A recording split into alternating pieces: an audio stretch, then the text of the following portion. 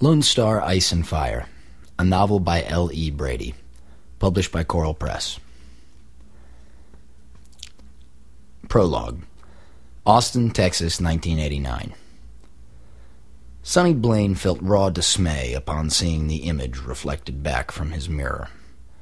Now he wore his daddy's face instead of his own. Sonny had heard tell of people growing old overnight. Up until now, he hadn't believed it. He moved his nose within 2 inches of the mirror, peering, running sinewy fingers through his hair. Sluggish, he took a comb and smoothed his dew into a pompadour. No signs of gray, no bald spots evident. His skin would never be as weathered as Daddy's had been.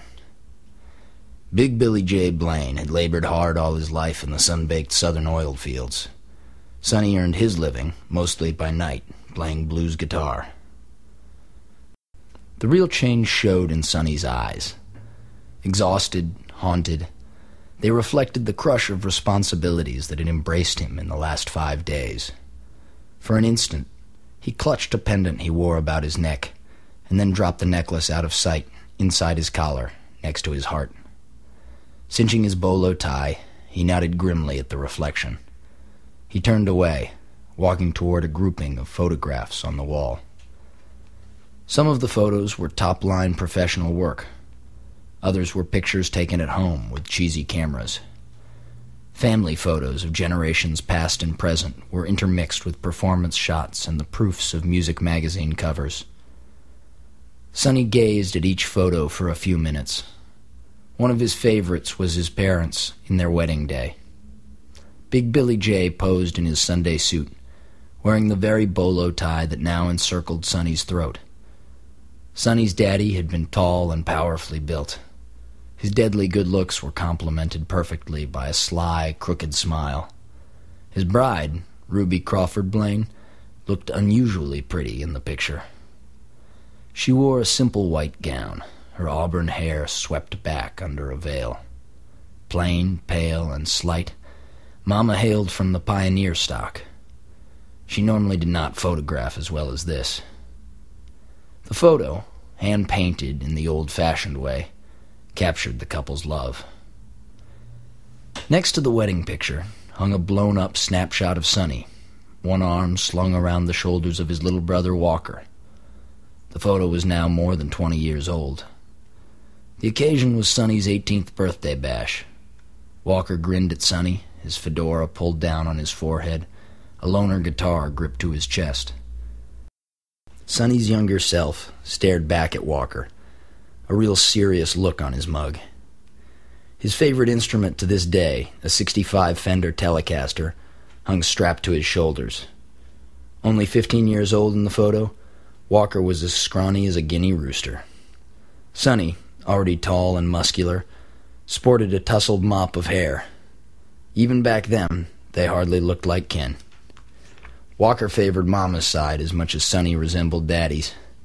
In common, the brothers had their maternal granddaddy's long-fingered hands, and Big Billy J's dark eyes and mighty arms. The Blaine boys always shared one other thing, a soul-snatching devotion to the blues.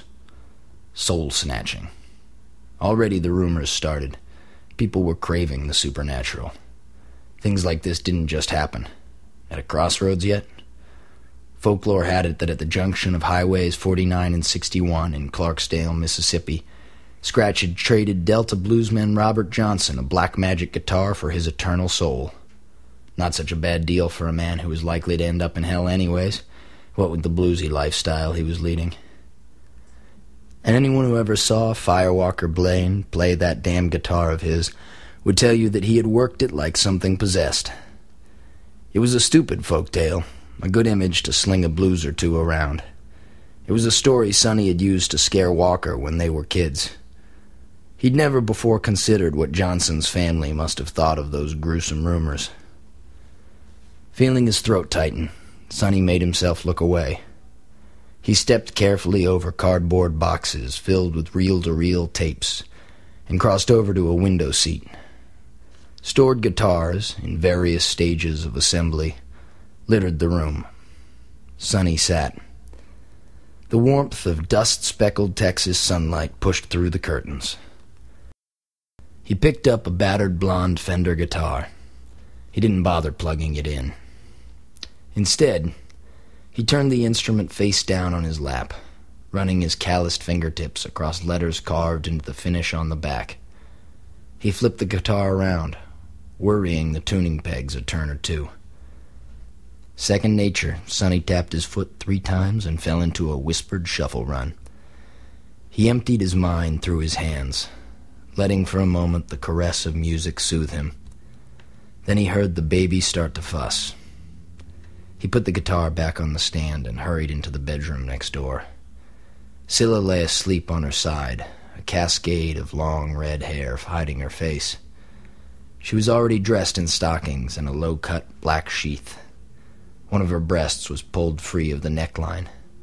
Her infant son was mewling, struggling beside her. The baby had lost his mama's nipple. Sonny studied them, feeling helpless. He pondered how to take action. Finally, sensing Scylla was about to stir, he sat on the bed and gently rolled the baby toward his mama. He took Scylla's breast and guided the boy's little mouth back into place. The baby latched on and suckled furiously once again.